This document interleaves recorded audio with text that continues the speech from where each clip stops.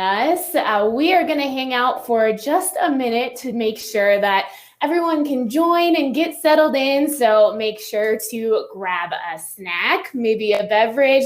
Just get comfy for what is going to be a great hour together. Alan and I are coming to you from our lovely Bozeman office, and we just had our first snowfall this week. So, Alan, how are you feeling about that? I am thrilled. It came a little later this year. Usually we see it in late September, but it's funny, this first snowfall, just like any weak tree or limb hits the ground. So we sort of get through, it looks like a war zone in certain places where the trees fell, they'll get cleaned up, and then going forward, we won't have this problem anymore. So, yeah, but excited to get some snow. Yes, and we can get ready for ski season now. It is coming. It is coming. Perfect. Well, all right. Well, it's just past the hour, so I'm going to get us started. Hi, everyone. Thank you so much for joining us today. My name is Amy Arno, and I am a lead business development specialist on the XYPN sales team. Right now, I am thrilled to host this webinar, Ask Me Anything, with our very own CEO and co-founder, Alan Moore. Today, we are all about interaction with you, so I do want to point out a few housekeeping items. On the right, the top tab that you see is the chat function. Below that is the Q&A module. We have a handful of questions that were submitted ahead of time, but please feel free to submit any additional questions for Alan to address through there. We will also do a few polls today. So when you are prompted, please go to the third tab on the right to answer any of the questions that we have for you. So one last quick reminder, normally we host these free webinars every month, but next month we are hosting our annual conference, XYPN Live. So Alan, what should everyone know about that? That you need to come to Denver or sign in virtually. So we are very excited for XYPN Live. This is our sixth conference, fifth or sixth, I can't even remember now. But it's going to be a great time. You know, we have instituted a lot of COVID safety regulations in order to keep everyone safe, but also to still be able to have the in-person event. And so if you're able to come, we'd love to have you come out. You're going to get an email after this webinar with a discounted offer that's going to give you $100 off. So you can use the AMA 100 to get $100 off the ticket price. And again, you're welcome to come in person to Denver, or if you're more comfortable or the schedule doesn't allow, you're also welcome to tie in virtually.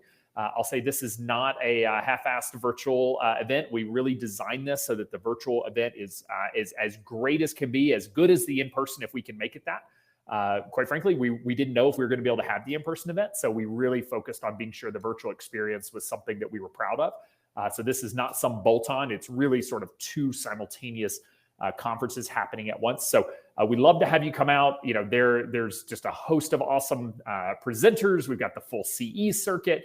But in the end, it's really about meeting other financial advisors. It's about that community. Yes, you can get the content, and yes, you'll be able to learn a lot, but like really being able to meet those other advisors who have, you know, depending on your path, if you're thinking about starting a firm, you're thinking about joining XYPN, you're thinking about trying to buy a practice, whatever your path, you'll be able to find people at the conference who have ultimately done that and are willing to sit down and talk with you and share their experience. So definitely recommend you come out, especially with all the events that have been canceled. Quite frankly, we're very fortunate to have been in November. That was a scheduling thing that we lucked out on as we're starting to see COVID rates dropping over the last couple of months, sort of seeing that spike with the Delta variant and being in a position where we feel like we can host a safe event. So I know many of you probably had conferences, if you were going, got canceled. So excited to maybe have you join us.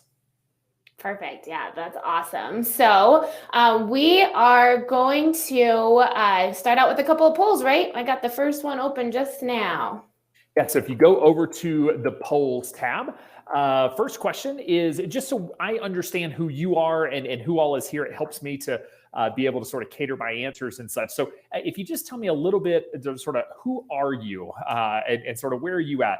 You own your own firm, you work at a BD, broker-dealer, wirehouse, you're a student, fee only, but think about starting a firm, looking to work with younger clients.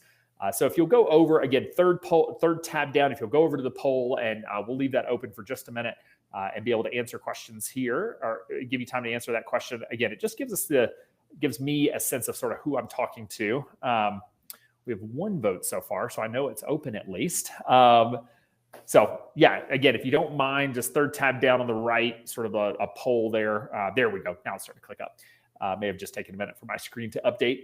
Again, just gives us some ideas about sort of who you are, what you're looking to do. And again, helps me sort of cater my answers, sort of know my audience. I normally do this in person when I'm asking like, okay, like who are you? All right. Well, thanks for that. 30 votes have come in so far. So we can move to the next one, Amy. Okay. Just opened her up. Yeah. So the next question is sort of where are you in your journey to firm ownership? All the way from I've already launched, sort of a time frame, as well as I'm not planning to launch. And again, this just gives us an idea of sort of, are you planning to launch a firm? Is that your journey? Is that happening soon? It might happen. I'm not really sure. Or like, hey, firm ownership, not for me, but I've still got questions about working with younger clients, or what does it mean to be a financial planner? I'm always happy to talk about any of those topics. Just want to, again, sort of get a feel for who all is here. Awesome. So we're seeing votes come in. Looks like a year or more from launching for some of you, in that 6 to 12, in the less than 6. Already launched, which is awesome. Okay. Well, thank you for that. Again, super helpful. So none of the. Oh, I think. Well, I don't know if none of the above was this one or previous. Let's see. Oh, you can just say not planning to launch a firm if that's you, which is totally fine. Okay. Ready to do the questions? Yep. Let's open it up. So, something that we started doing, I think it was our second conference in San Diego. Kitsis and I were on stage and we called it an AMA, or an Ask Me Anything. And it really was intended just to make ourselves available to answer questions that you have. And we know that, there's a variety of things that we get asked. Quite frankly, it's hard to surprise me at this point. So you're welcome to try appropriately, but you're welcome to try. See if you can throw me off. But really, just what are the questions that you have that are top of mind about the industry, about XYPN, why we do things a certain way, what it means to start your own business, what does it mean to work with younger clients, if you're trying to overcome objections from a partner or your firm owner around starting a firm, whatever it is, like truly just throw it out there and see if we can have a discussion and see if there's something can help provide some content that will be valuable. Perfect. So while we let people get warmed up a little bit here, why don't we start with one that was previously submitted? Can you talk about success rates of XYPN member career changers launching their own RIA? Oh, good question. And Amy, tell them where to go with those questions. Is that the chat or is that somewhere else? So we're going to go down to the second tab on the right. If you hover over it, it's right below chat. It says questions. You're going to put that in there, and that's how we'll see your question. Yeah, so throw any questions in there. They'll all pop up. We're not editing them, and so you'll see them, and we'll be able to get to them. So, okay, success rates of firms that are career changers. I can talk about the success rate of XYPN member firms. I don't have the data handy that says like specifically career changers, but we can talk, just sort of in general, the career. For those of you who are career changing in. If you don't currently have any clients, then you sort of fit into this, like I'm starting from scratch. How do I do this? And trying to find success, basically starting from zero. So which is totally fine. Many of our advisors, about half of them join us with no clients, no current revenue. And really our benchmarking surveys show that by year 4, on average, they're making over $180,000 in gross revenue. And so year 1 is like $7,000, right? That's a tough year. Then it goes into the 20s, and it goes into the 60s, I believe, or 80,000. Then it hits that 180,000 in year 4. So we really see year 3, year 4 as when it really happens. And so the actual failure rate of firms who join XYPN, launch a firm, and ultimately don't make it is very, very small. There's a variety of reasons for that, but most of all, I'd like to believe that the part of that is having access to the community. It's having access to the resources to help you ultimately build a business that is sustainable. One of the mistakes many advisors make early on is not really defining their target market, not saying who their niche client is and what they're going to do to serve that client. Many are not pricing their fees appropriately. They're coming in too low when it comes to setting that fee structure, and then it doesn't build sort of this sustainable base long term. So we're helping our advisors with that process. Also, just the failure rate of entrepreneurs is kind of high, right? Like to entrepreneurship, on average, pretty much all of them fail within 5 years. Like, it's just an astronomically high number. And part of that is because many entrepreneurs, most in our country, are doing it alone. And it's the value of the community of other advisors who have walked that journey, that are there to answer your questions. You'll find, like, you get that, I just got this, random policy I've never seen before. I don't know how to analyze this. Is anyone here to help? Like, they'll jump in and really are willing to help because, quite frankly, someone jumped in and helped them. And so it is sort of that giving back, paying it forward that you see in the community. And so, I see a second question here. I'm going to tie it in just because I think it's important. It says, say more about why it takes 3 years to be successful. Is there a way to challenge that timing? Hard to hear as a career changer. And I hear you. Like, in the end, though, it just takes time to build a revenue base. Even if you charge a couple, let's say you charge $500 a month for financial planning, that's $6,000 a year. That'd be on the higher end of fees if you're working with younger clients, but that's fine. Even on the higher end, and you get 2 clients a month, right? The client, it takes a while for that revenue to start adding up because you get a client halfway through the year. Well, they're not with you all year. They're only with you 6 months, right? And so then the next year they're only with you for that year versus the first year. And so it just takes time to build that foundation. It takes time to build trust. It takes time to get your name recognition out there. Now, there are things you can do before you launch. One is really build a network.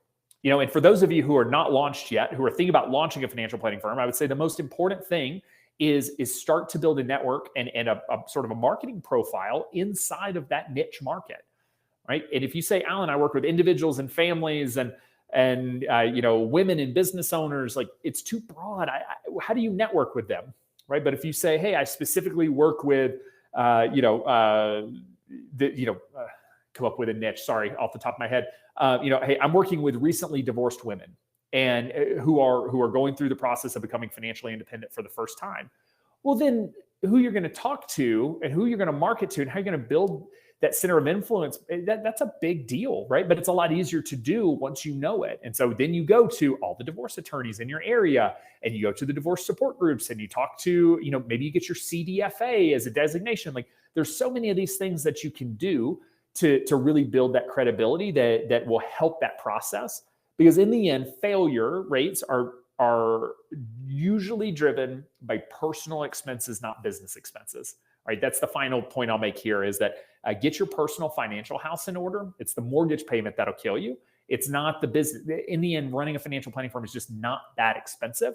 And so I would just say, like, get your personal house in order, have saved income or some savings or a partner with income that you can depend on to help you through that sort of those early stages of the process. But in the end, it's entrepreneurship. And there is a journey there that is going to take a bit for you to get your feet under you financially. Well, that's really helpful. And I've got another one that's kind of in that line. So being a financial advisor or planner is tough, and it's also tough on their families too. What have you found is most effective in supporting spouses who are in turn supporting those advisors wanting to start their own firm? Oh, I love this question. I tell you what, the one thing I will tell you is that if your partner or spouse is not on board with you launching a firm, either the business will fail or the partnership will fail. Right? That is my prediction. It is a hard journey, and it puts a lot of strain on the relationship. And so step one is just being sure you're really aligned with what is it going to take. And I've heard many advisors say they've had their partner or spouse listen to many of the XYPN radio podcasts so that they're hearing that journey. They're hearing the difficulty. So it's not all rainbows and unicorns, because it's not. And you're really going to need them to support you. You're going to need their help. When you get home at night and you've had a tough day, you're going to need that. You're going to need that assistance, and that emotional support. That being said, I would encourage you. There are other things you can do just to relieve the pressure on your partner, so that they're not your entire emotional crutch. And one of those would be to get involved in a study group. Get involved with a group that's going through similar issues that you are, that you can really talk to, that you can share more businessy stuff and what's going on, because that is, that can be the group that you go to and you really vent about the challenges that you're having, so that you're not always feeling like you're venting at home. Another thing is getting really clear on sort of overall parameters of, like, when are you talking about work? Does your partner want to hear about it? Do they not? When, what you don't want to be doing is like falling asleep at night and you're like, or your partner's falling asleep at night and you're like talking to them about, like, oh, I had this great client meeting and this thing happened, right? Because that can be, that makes for a challenge. In terms of your partner and what they can do, like I said, I think listening to the podcast, talking to the partners of other entrepreneurs, whether financial planners or others, just so they really understand the journey, they understand what's needed. Because really many times they're the shoulder that gets cried on, and they are that emotional support. And I would say both of you, especially you, if you're starting a financial planning firm, don't be afraid to hire a therapist. And I mean that totally seriously. Like, I have a therapist that really it gives me a place to go and have some of those conversations that help build, help pull some of the emotional weight off of my wife, because she's along for the journey too. So just some overall ideas. One thing I will note, so as you're asking questions in here, the way this system works is if you like one of the questions, it pops up. And so the ones with the most likes are at the top. So feel free, if there are questions here that you really want to see answered, hopefully I can get through all of them, but don't be afraid to like them, just to be sure the questions that you want to see answered are rising to the top here. Perfect. So we'll do that next one at the top there. Why does XYPN seem to prefer to charge planning fees rather than bill based on AUM? Great question. So I'll break this down sort of two primary reasons. I just want to say there's nothing wrong with AUM. We're not anti-AUM, not saying anyone who does AUM is evil, anything like that. About 80% of our advisors do manage investments, and a big chunk of them manage on. Perfect. And Sorry. Oh, sorry. So, okay. Take it for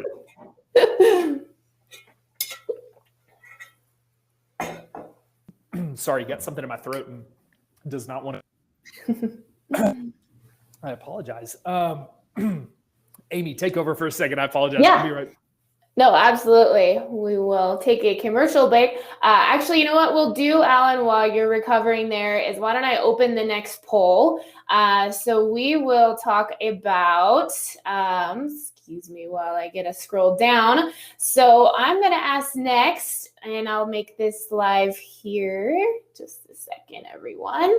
Are you going to join us for XYPN Live next month? So I've got that poll live now. Remember, that's the third tab down on the right there. Yeah, thank you for that. Sorry. So I'd love to know if we're going to get to see you in Denver or see you virtually, or if you're not sure yet, if I need to be selling more from a conference perspective. Happy to do that. Awesome. Got some answers coming in. So, we do have some folks trying to see you. A lot of folks sitting out. I disagree with that decision, but I respect it. We have tried to price this really affordably so that, again, you can tune in virtually on your own schedule. And it's not 8 straight hours a day for 4 days of Zoom meetings. Again, we try to make this a really interactive, fun virtual event. We learned a lot from doing our conference virtually last year that we're bringing in this year. So awesome. And I just made that next one live too, Alan. We'll get 2 done at once here. All right. So for those of you who are thinking about starting a firm, what excites you the most about firm ownership? Why does it appeal to you? Is it really about sort of the flexibility, work when you want, where you want? Is it just freedom to sort of run the business on your own terms? Is it really about the clients and who you want to serve and the way you want to serve them that you're finding that maybe, being the owner ultimately gives you that? Say calling all the shots, right? And from pricing services to choosing technology, you really want to be the one who gets to make those decisions, as you're ultimately building the business. It's interesting to sort of see, those motivations. What motivates you to build a business, to ultimately become an entrepreneur potentially? Perfect. So did we want to head back to that AUM question? Yeah. Thank you. So the question, why planning fees over AUM? So I'll break this down into 2 buckets. One being, and really where we started, was that we have a focus on Gen X and Gen Y clients, and asking the questions of, how do those advisors ultimately work with clients who don't have assets? Right? 1% of $1 million is $10,000 fee. That's a great business model. 1% of nothing is not a very good business model. And, I'm not a fan of what I like to call playing the client lottery, which is, if I work with 20 young people that have no assets, maybe one of them one day is rich or inherits money and makes up for the fact that I worked with 19 people who didn't become rich. Not a fan of that. And also, just you're in a position where you don't have the luxury of waiting 20 years for a client to become profitable. You're starting a business. You need revenue now. And so if you're going to work with people with millions in assets, fine, charge them an AUM fee. But if you're going to work with clients who don't have assets, then ultimately they have income to support a fee. They just don't have the assets to support a fee. And so I would encourage you that's why, we're not saying like, oh, we believe monthly fees are the only way or the best way and AUM's bad. What we're saying is, hey, who's your ideal client? And if your client has more income than assets, say if you're managing more debt than assets when it comes to your client base, then they probably need to be able to pay you a fee out of income. The second part of this conversation for those who do have AUM is that many times what we find is that when you only charge an AUM fee, the value of financial planning really gets lost in that AUM fee because there's no accountability and no sort of, I guess, when you're not charging the fee, it's like, what is the value of this service? I'm getting financial planning for free, but you charge me on AUM. And so I love to see firms really putting a value on financial planning, charging a fee for financial planning, because we find that helps get the buy-in from the advisors, from the clients to the advisors offering, and it really helps sort of showcase this is the valuable service that we offer, which is financial planning. So that's sort of how we think about it. Yeah, super helpful. So our next one that we have is, what is a typical monthly overhead for a firm? I'm aiming for as small a client base as profitable when I get started. Yeah, goodness, there's such a range. I mean, back in the day, there was an article on sort of starting a firm for $10,000 a year or less. That is still possible with your XYPN membership fee plus a few add-ons like E&O insurance and maybe and maybe a few little tech tools. Like, you can completely run your business, and so you can keep your overhead very lean. There are others that choose to spend more. They may be in that $20,000 to $40,000 range that say, yep, there's more technology. I really like Orion, or I really want eMoney as my planning software, or I'm going to spend more money on marketing and that sort of stuff that ultimately can drive up the overhead. And then there's sort of the I'm going to outsource everything I can so that I can just focus on doing financial planning, and so that overhead's going to go up. But especially in those early years, you really can be lean. I would say be aware of what you're being lean on and what you shouldn't be. So, still spend money on a website, spend money on marketing with that brand. You can't have a crappy website up and then wonder where all the clients are. So it's really one of those, spend the money on your brand, spend the money on your marketing, get the clients in the door, have the right technology in place, but not all the tech. You'll build it over time, and you really can keep those expenses low, except for some upfront expenses like a website. And then you'll be able to really decide, what do you need, what do your clients value, and what do they not. But I mean, when you say profitable, it's like typically profits are, owner's draw, like what's your salary, expenses of the business, and then net profit. And so really that's just for you to decide how much money do you want to make. And we come from an industry where if you weren't making $500,000 or more, then everyone considered you a failure. Well, we got a lot of firms that are really excited to make $100,000 or $200,000 a year while being able to work 4 days a week and take their kids to school every morning. That to them is success. And so really getting clear about your definition of success will help you sort of figure out what that number is.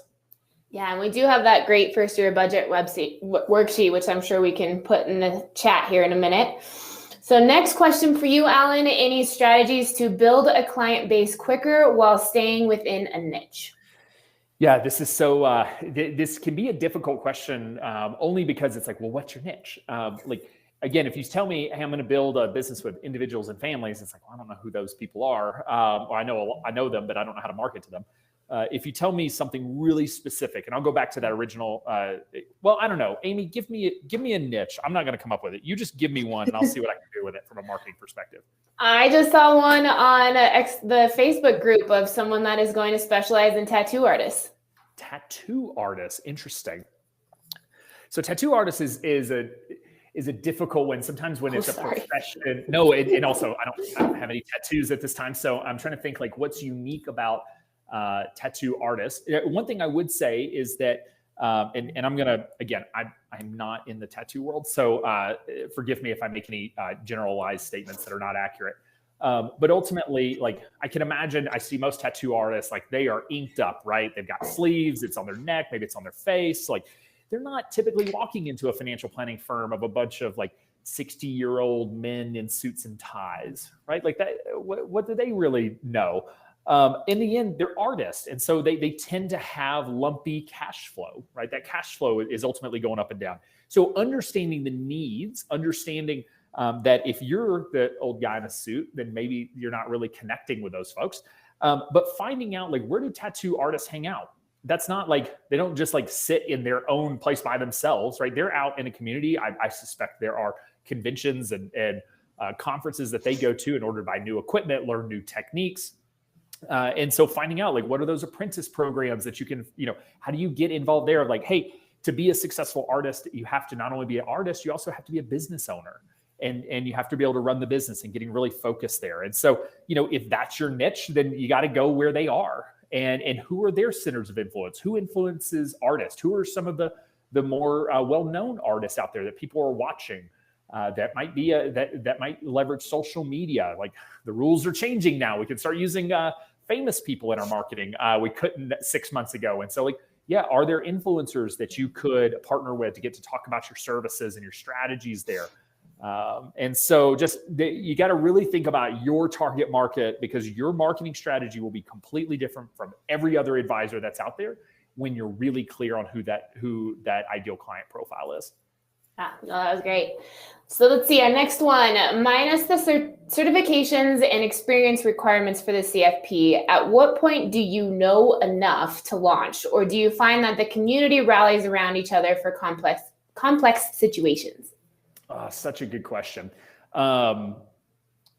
You'll never know enough to feel comfortable, but there is a point at which like just experience does matter. Now, I'm someone who believes in experience.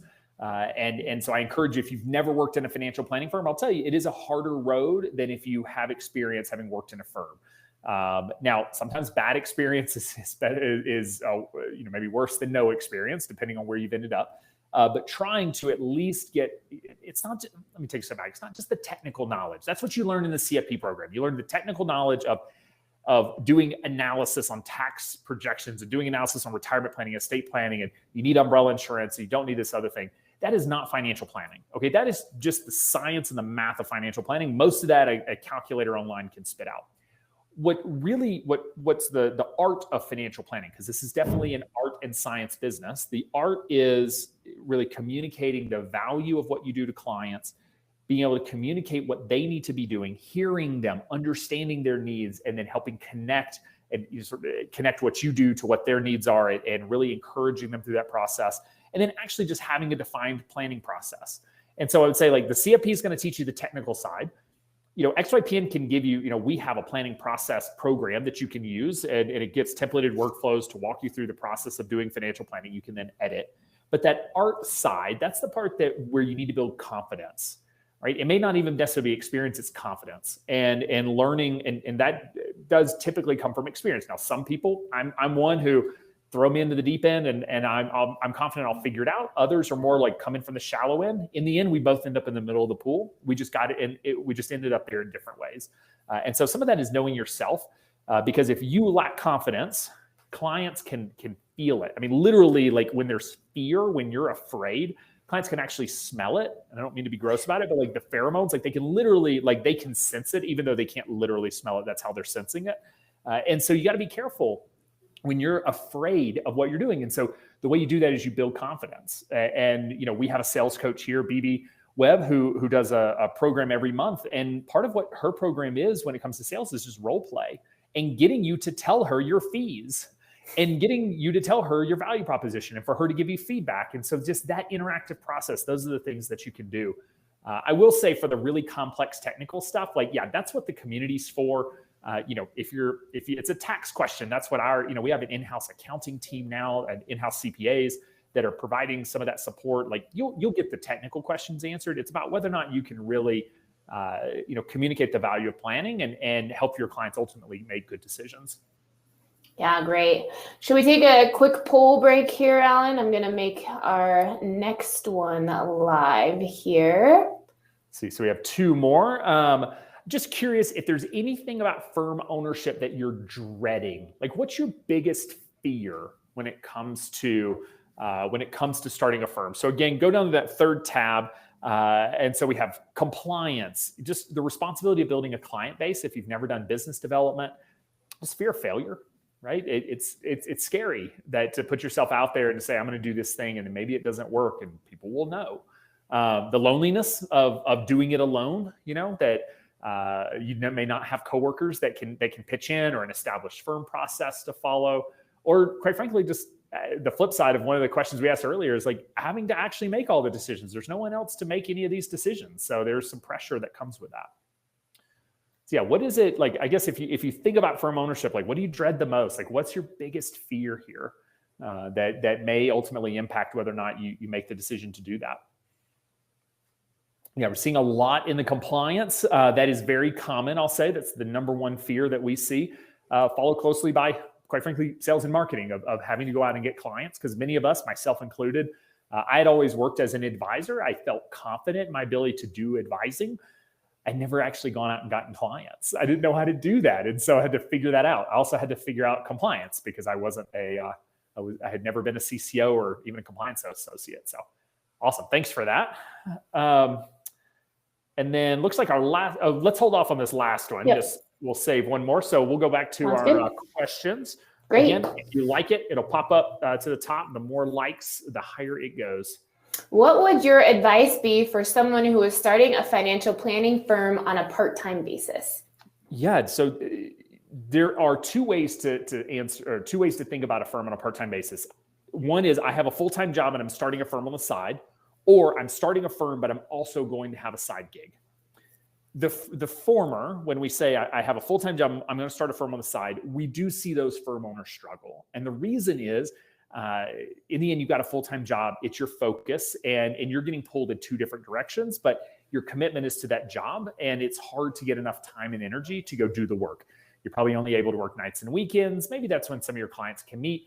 But in the end, like there's just only so much creative energy, and entrepreneurship in the end is art. It's creativity.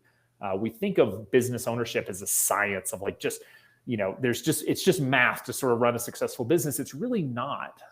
It's very much like, being an artist and painting a beautiful scenery of the mountains here in Bozeman, Montana. Everyone's going to do it differently, and there's no right or wrong way. It's just your way. And so you do need a certain level of creativity to do that. And creative energy to do that. And that's what a full-time job can sometimes drain you of. But if you look at your firm as this is my job and I have a side gig, hopefully not a full-time side gig, but I do have a side gig. I have other stuff going on, or I have another revenue stream, and just make sure your creative energy is really poured into your firm. That's where we see success. And so really treating your firm like a job, with set hours and set work and tasks and projects that you're going to take on. And then whatever it is that's generating additional income, and we say part-time, I'm going to the two incomes. We also have folks who have started part-time because they're parents or they're caregivers and they don't want to work 45 hours a week. They're going to dedicate 20 hours.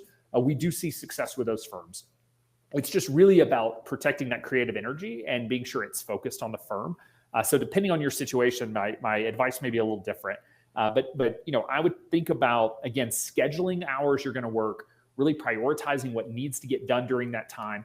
Because, I find you can get as much done in 20 hours as 40 because you really have to prioritize. If you have all day, it's Parkinson's law. Tasks take as much time as you allow them. And so if you have all day, you get 3 things done. Because that's all you said you're going to get done that day. If you only have 5 hours that day, you still get those same 3 things done because that's the time you allotted them. So getting really clear on the time you're spending, schedule that, you're really clear of those tasks. And ultimately, I would also say put some milestones out there for when you're going to make the decision to go full time, if that makes sense for you, or if you're going to, I guess if you're in a forever part-time situation, totally fine. If you're in hey, I have a side gig, at what point do you let that go and getting really clear about it? Because advisors also have lifestyle creep, just like our clients, and we make more money, we spend more money. We make more money, we spend more money, and suddenly we can't ever get rid of the side gig because we keep spending more money. And so think about it. Is there a way to set some of those metrics for yourself so you're really comfortable? Yeah, absolutely. How does XYPN differ from the other big think tanks? Garrett Planning Network or Alliance of Comprehensive Planners? Why should somebody pick one over the other? Great question. So I'll start with Alliance of Comprehensive Planners. They're the OG. I think they've been around the longest, from the early 90s. They were founded. And so, their focus really is on a tax-centric planning process that is retainer-based. And so we're very aligned in terms of fiduciary fee only, charging fees. And so I think they're a great network. We probably have, I bet we have 30 or more members who are actually members of both organizations because they feel like they found a home in both places. XYPN, and just the pricing structure and the value proposition, and quite frankly, just the fact that we're larger, I just have a lot more advisors that are members, that we're able to offer more resources, more tangible value when it comes to technology, marketing resources, NAPA membership, just some of those really tangible values we're able to provide our members that help make the sort of offset the cost or ultimately more benefit than that upfront price. They do have a robust training program that is well regarded. So, I would encourage you to check it out. They have some additional tools and stuff that you can use, like a fee calculator and sort of a values pyramid and such. But again, we have a lot of members that are members of both. I think we have a lot of those similar resources from a we call it advisor education standpoint, but you can check out both and see what you think. Same with Garrett Planning Network, also been around a long time. Garrett is focused on hourly advisors. So if you're thinking about exclusively charging hourly, or that being, I believe at least 51% of your time has to be spent doing hourly work. At least that's what it used to be. That may have changed. And then if that's the case, then if you're really dedicated to doing hourly, then Garrett would be a place to look. Again, we do have a lot of advisors. I'm not sure where both organizations are at membership wise. I think Garrett has about 200, 225. I think ACP has somewhere around 125, 150. If those numbers are off, I apologize, but they're somewhere in that range. And just we do have 1,500 now, which just gives more people, more communities, more ability to leverage off of those resources. One of the other things that we did, which wanted to, how do I say this? Always wanted to be the organization I would have joined as an entrepreneur. And so one of the other sort of differentiators that we have is that we don't charge big upfront fees to join XYPN, and we don't do long-term contracts. And so just from a fee structure perspective, you can join for 1 month or 2 months or 3 months and just check us out, see what you think, see the resources, see the community. And if it's not a good fit, then you can leave and you can join another organization. The others do have larger fees in that first year and can be pretty substantial, particularly if you're sort of starting on more of a bootstrap budget. So you can evaluate that as well. But look, no negative things to say about what Cheryl Garrett built with GPN or what Burt Whitehead started there with ACP. Both great organizations that are really aligned with us philosophically. Yeah, for sure. What are some things that I should be doing as an associate advisor to prepare myself for having my own clients? Great questions. How to prepare and what you do now has such an impact on you long term on the success of your business. So one thing I mentioned earlier, I don't mean to belabor the point, but is get really focused on a target market. Now is the time to establish that target market. Start learning everything you can about their pain, their trouble. And when we say niche market, we're like, what does that mean? Does that mean I have to pick a profession like tattoo artists or pilots? Think of a niche as the problem you want to help people solve. What is the problem you want to be the expert in solving? Is it navigating, a post-divorce world where you've never been financially independent? Is it that you want to help people, understand their stock options and what happens when their company IPOs? Like, what is that challenge that you want to help them overcome? Really define the market that has that challenge, and then really look at how do you start to build a network, start to build centers of influence, build relationships, build a following in that world. So that's on how to get clients. Okay, so on our poll, number one was compliance, number two was get clients. So learn how to get clients, because I would say, like, you can be a crappy business owner but great at sales and marketing and build a business. You can be a great business owner and really terrible at sales and marketing. It's a lot harder. All right. So focus on sales and marketing. Go through a sales training course. Get really comfortable communicating the value of what you do. However, you can be a crappy business owner, but do not be crappy at compliance, because the regulators do come every 3 years and come check up on you. So when it comes to the business, I would encourage you, try to take on some additional projects and tasks. Take on things like a technology conversion project. Jump into ADV updates, and doing the ADV update every year. Or when someone says hey, we're hiring a new advisor, say hey, can I watch that process of registering in a new state or registering for this new advisor joining us? Start to learn some of those things. I did not realize how much there was to doing financial planning, to running a firm, because I was so focused on, I did the planning, I delivered the plan. That was my job. I didn't do operations, right? I didn't have to move money. I didn't open accounts. And those were some painful learning lessons that I had. And ultimately, I used a TAMP, turnkey asset management platform, because I never opened an account at a custodian. I didn't feel comfortable opening accounts, trading and rebalancing, building my own models. It's one of the reasons we have an in-house TAMP. So, it is for those of us, myself included, who weren't comfortable with that. But I would say really try to learn as much as you can about the operations of the business, so it doesn't surprise you the first time you get NIGO'd at your that you even know what getting NIGO'd means. That you don't commit to, hey, money will be in your account tomorrow. Well, it won't be, because you got to do the trade, wait for it to settle, then move the money. It may be a week out. So just to learn some of those pieces. But I would say the difference between success and failure in the end is knowing your target market. And so I would focus there. Perfect. Thank you. So do advisors typically price fees out on a case-by-case basis for clients, or more of a one price package for all new clients?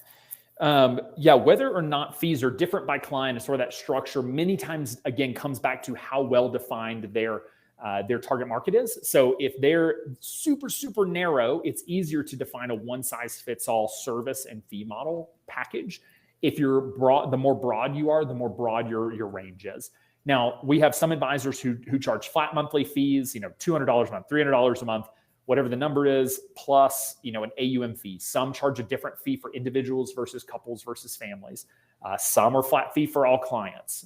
Others charge on a net worth income basis. So it's sort of a AUM-like calculation, but it's based on household net worth and income.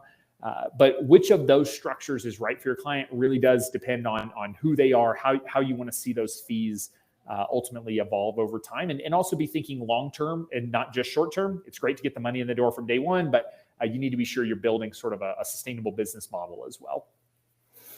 Perfect. What have you seen and heard about firms that charge separately for financial planning and AUM?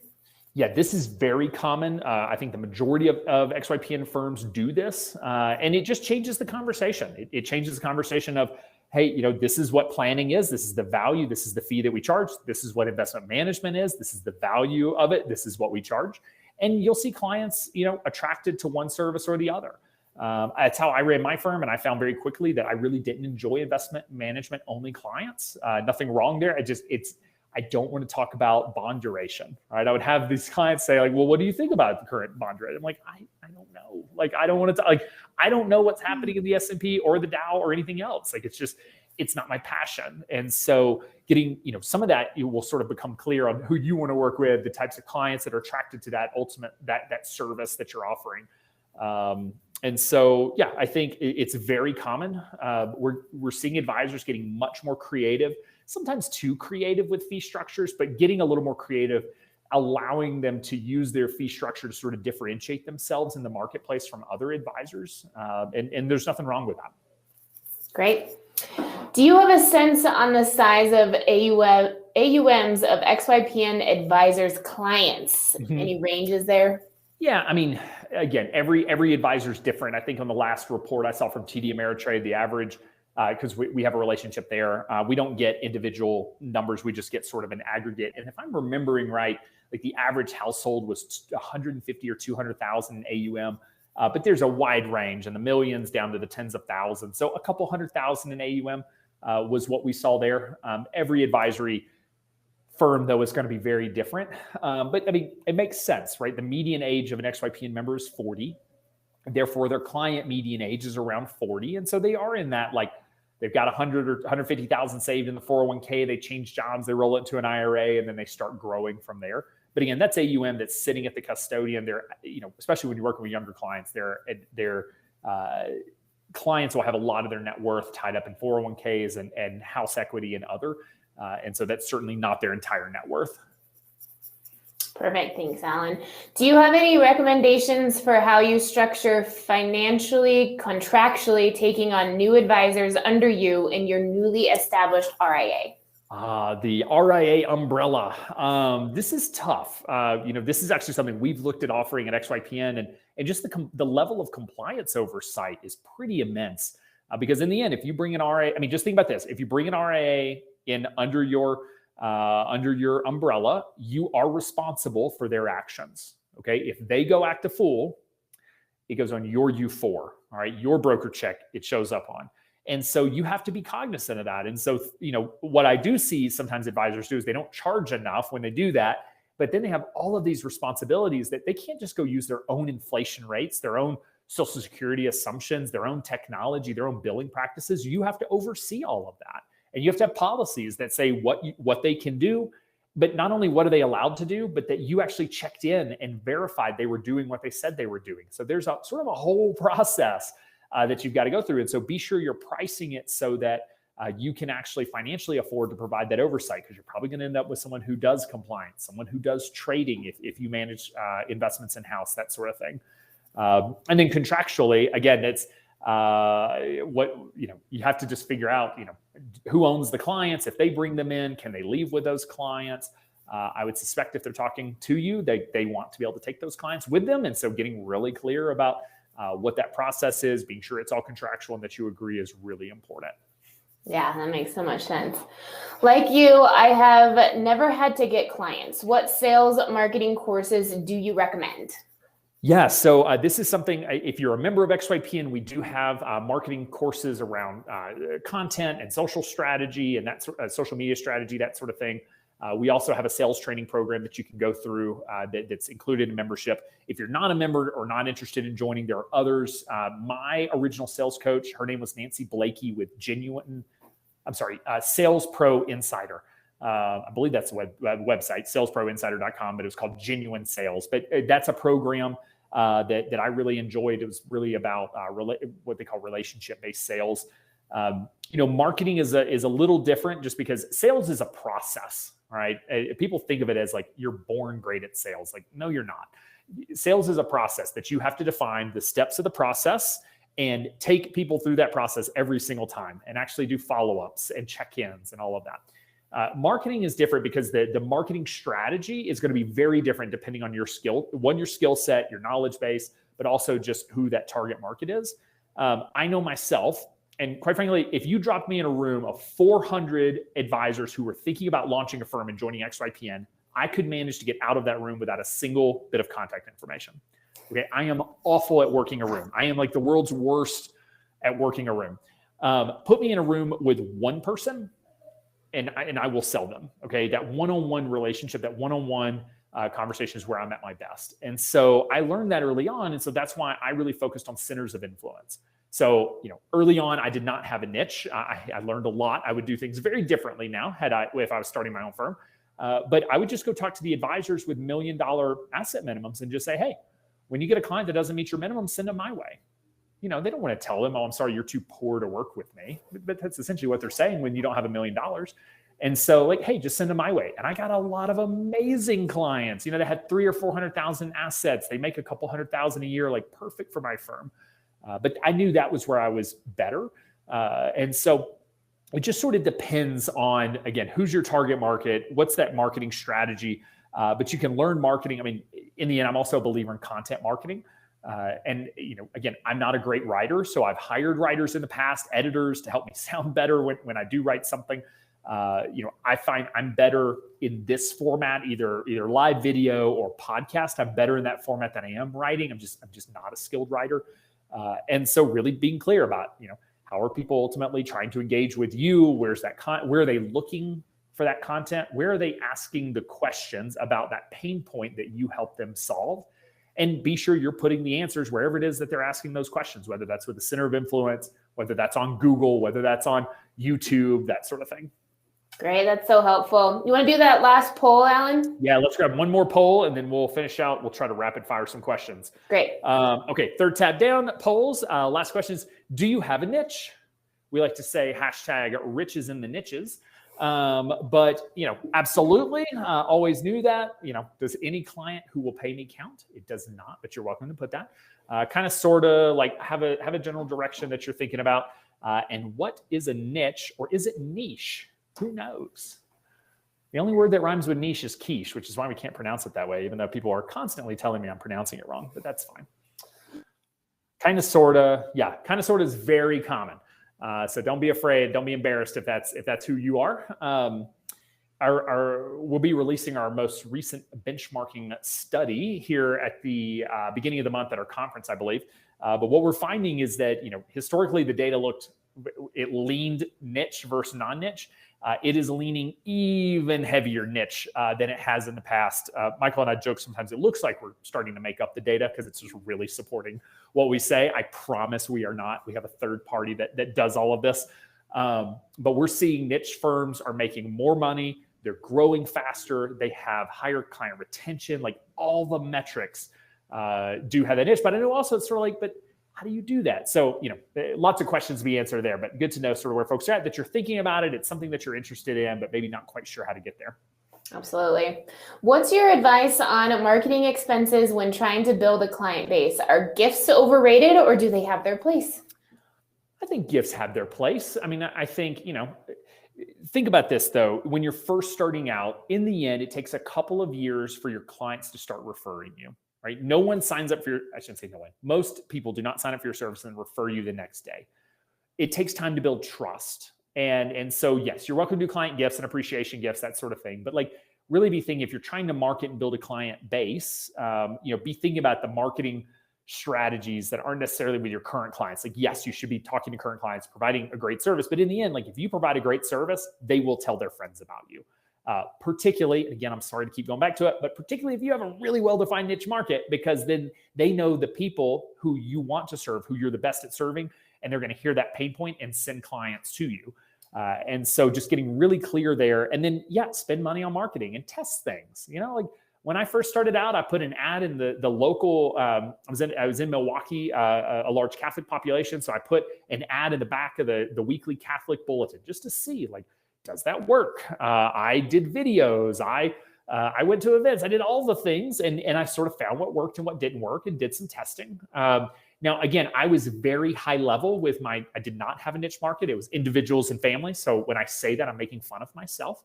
And so it was really hard for me to know where to spend my money. And the more clear you get, the easier it is to know. So let me just take a step back. XYPN is a great example. People tell me all the time, niches don't work. We have over 1,500 advisors, 1,540 or something like that.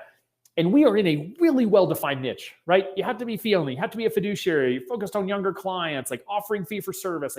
We have really narrowed who we focus on as an industry. And so if you said hey, Alan, I want to work with all advisors, I'm well, I guess I'm putting an ad in Investment News. Where do you go when I'm trying to speak to advisors? Where do we go? Well, that's fine, but that's really broad-based brand building. What actually gets people in the door? Let me walk you through the scenario. We specialize in you all, right? You all are who we talk to when we're talking to potential members. So many of you, if you're working at a firm, you ever tried to go to a national conference and your boss told you no? Not paying for that. I'm going to the conference. You need to stay home, right? They leave the kids at home, basically, right? That's how I always got treated. And so you don't get to go to national conferences. So are national conferences where I should be trying to talk to you? Probably not. What about local events? A little bit more. Maybe you have the opportunity to take a day off. I know many of you have to take PTO to go to a conference that's local, your local FPA chapter or whatnot. But maybe you're there and that's an opportunity. So that's why we focus more on being at those opportunities than maybe some of the national ones.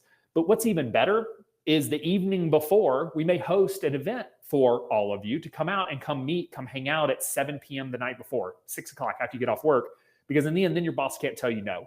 So if you said hey, I want to work with all people, I would never suggest a happy hour strategy. Okay, that's probably not top of the list. But for us, we found that happy hour strategy, getting people in a room together and just talking, is a really powerful way to spread the message of what we do and trying to get our members in the room along with you. And so I'm using that as an example to say that's a very inexpensive marketing strategy, but I would never do that if I didn't know my target market. And so, be thinking about that as you're really defining who it is that you want to work with and where you're going to spend marketing dollars. Mm-hmm. Have you found there to be an average rate of success transitioning a current book of clients to a new firm? Yeah, unfortunately, this is such a range based on where you're coming from and that your relationship with those clients. If you have a great relationship with those clients, they will come with you. If you have 500 clients that you've talked to one time, they may not come with you. I will say success rates of firms that start with revenue, such as transitioning a book of business, are much higher than those who start from scratch, just because the risk levels are lower. You sort of bypass those first couple of early difficult years. But I see client transitions of 20%. I've seen 90. It just depends on the relationship that you have with them. If I'm approaching a niche business as an investor, how can I conduct research on market size, the appropriate service model, willingness to pay? I'm trying to avoid using heuristics, and I'm trying to get clever on tangible data to hone my niche client. Woo! All right. From the investor hat perspective, it depends. Like, if your focus is on advisors, I would say, like, go to FINRA Broker Check, go buy Discovery Data. That's how you get a list of all 300,000 financial advisors. If you're going to work with recently divorced women, then maybe there's courthouse records or something like that. And trying to get that data. I mean, I'd say if you're literally investing in someone else, they should be able to provide this to you. That should not be on you to go find. You can validate that data, but if anybody ever asks me what's the addressable market, what's the TAM and all of that, like, I can tell you, because that's our world. And as an investor, you would trust a founder, business owner to know it better. But yeah, I mean, you're right. Don't rely just on heuristics, but willingness to pay. Some of that may just come from talking to people. And quite frankly, I mean, go to kitsis.com, check out some of his fee studies. Clients are willing to pay for planning. Anyone who tells you otherwise is just not very good at selling it. But clients are absolutely willing to pay for financial planning if they see the value. And so, you could go pull his data just to see, like, how much are clients spending. It's a lot, and they're willing to pay because they see that they see that value. So, just a couple starting places. Perfect. Follow up from a previous question. I'm planning to join XYPN with a colleague and having it structured as a joint venture under one RIA filing with XYPN. Is this possible or no? Absolutely. Sorry, this may have been that question earlier about partnerships. So the answer is yes. We have over 150, I think, multi-member firms now, meaning that you have two of you in one firm at XYPN. That's awesome. So you're welcome to both join. One of you can join, both of you can join. We're pretty flexible in how that works, but I'd encourage both of you to join, and you're both on the Finance Advisor profile, assuming you have the CFP. And then both members can access all the resources. You get all the technology twice, because usually it requires 2 licenses when you sign up for a CRM and whatnot. So yeah, you're absolutely able to sign up, and we can point you to some resources for folks who specialize in helping you construct your operating agreement and really talking through that. Because I will tell you, it is harder to break up with a business partner than to get divorced. Right? I will tell you that. I have been very fortunate to have found an amazing business partner in Kitsis. But I will tell you that I have seen this. I've seen it gone bad too many times in a variety of industries. So talk to lawyers, do it right, because some things that you decide today will impact you long term. So don't mess that up. Do you want to sneak one more in, Alan? Sure. Okay. We'll just do this one. I have a Series 7. I admit to being slightly emotionally attached to it. What are my options for my Series 7 when moving forward with XYPN? Yes, something I totally understand. I never took the 7 myself, but I know it's an intense exam. You spend a lot of time there. So, and actually a recent ruling or notice from FINRA will help you out here. So historically, you have to just sort of park your license for 2 years when you join XYPN. You don't have to do anything with it. It just gets put on pause and sort of test run starting your own firm. And then within 2 years, you either have to go, attach to a broker dealer so that you can hang your license there, or let it drop. I saw, recently FINRA announced that they're going to start allowing 5 years for that transition, but now you have to pay an annual fee, of course, because they see something like 35,000 reps will drop their licenses this year. 35,000 every year. 35 to 40,000 drop their licenses. So one, just know you're a good company. A lot of people are dropping their licenses. I think FINRA is reacting to that because their numbers are going down. They're reacting to that, saying, well, maybe if you just pay an annual fee, we'll let you keep it active for 5 years instead of 2. And so you'll be able to keep it active for longer, assuming all that goes through, just to sort of test it out and see. Great. Thanks so much, Alan. Well, I think we're there, folks. So I just want to mention real quick that if you are interested in having a conversation with me or another member of the XYPN sales team, please follow the link in the chat to find a time that works for you. Don't forget to sign up for XYPN Live with that promo code AMA100 to save $100 on our current price. And then also, when you click back to the lobby, if you'll please fill out the survey, that leave some feedback for us. We would love to hear what you thought for us today. And yeah, just thanks so much for joining us all. We're so happy to have you here today. Absolutely. Thanks, everybody. Thanks.